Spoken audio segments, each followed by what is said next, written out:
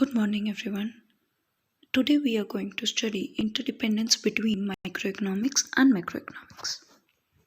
Microeconomics and macroeconomics are interdependent. Neither of the two is complete without the other.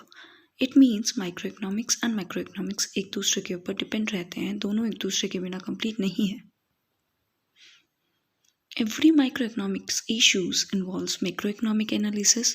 It means her micro economic issues को study करते वक्त उसमें macro economics analysis involve होते हैं. For example, demand of the product for firm depends on total employment, income and demand of entire country for product.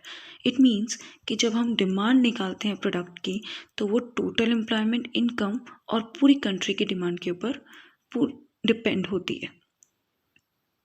Further, law of demand came into existence from the analysis of behavior of group.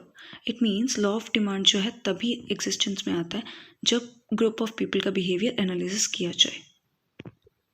Similarly, every macroeconomics issue requires microeconomics analysis for its proper understanding.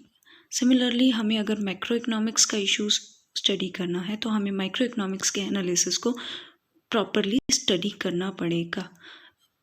Microeconomics का issue microeconomics के analysis से ही आप समझ सकते हैं. An economy consist of individual, firm and industries. कोई भी economy या कंट्री इंडिविजुअल, फर्म्स और इंडस्ट्रीज से मिलकर बनती है. For example, to study national income we will have to study the income of individuals. It means अगर नेशनल इनकम को स्टडी करना है तो सबसे पहले इंडिविजुअल्स की इनकम को स्टडी करना पड़ेगा. The working of an economic system can be understood by studying the behavior of individuals, that is components of economy. It means economic system कैसे काम करता है ये तभी समझा जा सकता है जब हम हर इंडिविजुअल का बिहेवियर जो है स्टडी करते हैं, जिसको हम बोलते हैं components of economy.